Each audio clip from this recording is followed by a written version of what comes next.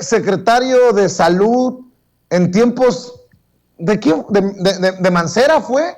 ¿Tú te acuerdas, Toño? ¿No fue Calderón el que lo tuvo también en su gobierno, en principio? Después sí estuvo en la Ciudad de México. No estoy seguro si fue con Mancera, pero sí estuvo en principio con Calderón, ¿no? Mi punto es, ¿no fue Salomón Chertorivsky uno de aquellos que dijo, exsecretarios, que en 6 u 8 semanas, si les daban las riendas de la campaña contra el COVID-19, resolvían la pandemia en México? Esos fueron, ¿no? Chertorivsky fue uno de ellos, ¿no?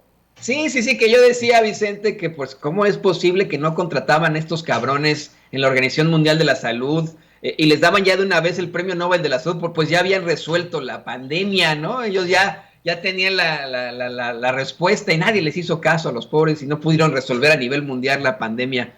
Sí, ese fue. Estaba entre esos impresentables que dejaron al sector salud en la absoluta ruina. Eso es lo peor de todo, lo dejaron en la absoluta ruina.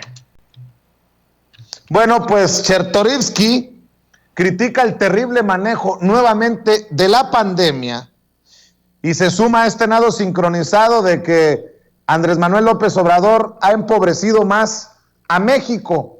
¿Qué hijos de la chingada son?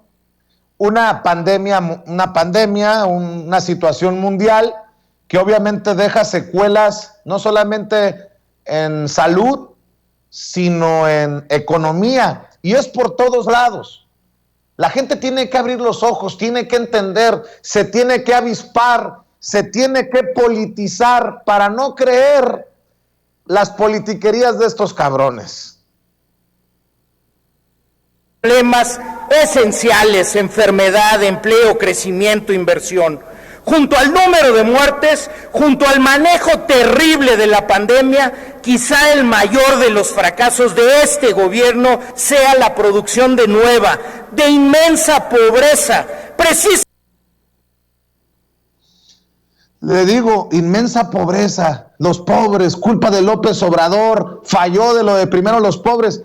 Que nos digan, no los políticos, sino la gente que recibe su pensión de adultos mayores, su pensión de personas discapacitadas, sus becas para jóvenes construyendo el futuro, los que ya están trabajando en Sembrando Vida, esos, los más vulnerables, los olvidados de los gobiernos que defienden estos cabrones que hemos escuchado, que sean ellos los que digan, mi querido Toño. Al final, lo que tú y yo digamos es punto y aparte, porque son nuestras opiniones, y son opiniones sin interés político o de hueso. Estos que hablan desde la tribuna, esos sí tienen intereses inconfesables. No, y que desafortunadamente quedaron en esa tribuna, que desafortunadamente quedaron como diputados. A ver, ahí te va. Salomón Chertorivsky es plurinominal, nadie votó por él, es plurinominal, es un diputado plurinominal, si no me equivoco, ya al final con Movimiento Ciudadano, sí, porque estuvo en el PRI durante mucho tiempo, estuvo en el PAN, PRI es uno de esos chapulines oportunistas de la política, y mira, estuvo como secretario de Salud de México antes que el doctor Córdoba Villalobos, siendo economista.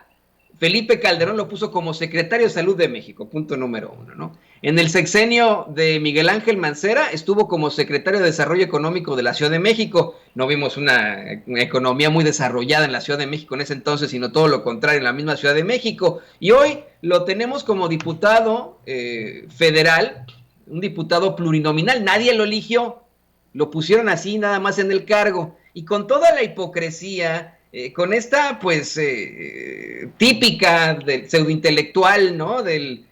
Muy al estilo Gabriel Cuadri, cree que al hablarnos con palabras domingueras y elaboradas, nos puede convencer. Lo que pasa con todo esto, Vicente, es que la gente no sabe quién chingado es Salomón Chertorivsky.